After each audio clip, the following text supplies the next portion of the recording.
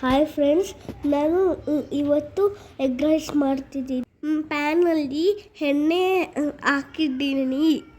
ಇವಾಗ ಮೊಟ್ಟೆ ಹಾಕಿ ಮೊಟ್ಟೆಯನ್ನು ಫ್ರೈ ಮಾಡ್ಕೊಳ್ಳಿ.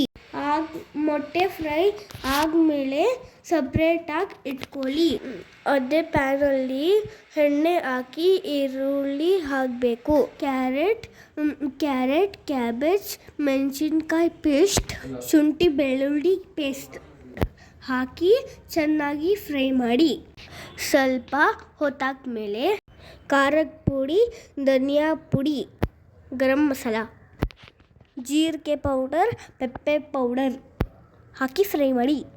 ಆಮೇಲೆ ಕ್ಯಾಪ್ಸಿಕಮ್ ಹಾಕಿ ಫ್ರೈ ಮಾಡ್ಕೊಂಡಿರೋ ಮೊಟ್ಟೆ ಸಣ್ಣದಾಗಿ ಕಟ್ ಮಾಡಬೇಕು.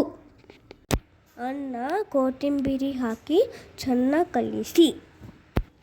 ಅದಾದ ನಂತರ ಸೋಯಾ ಸಾಸ್, ವಿನೆಗರ್ ಕಲಿಸಿದ ನಂತರ ಬಿಸಿಯಾದ ಎಗ್ ರೈಸ್ ಸರಿಯಲು ಸಿದ್ಧ.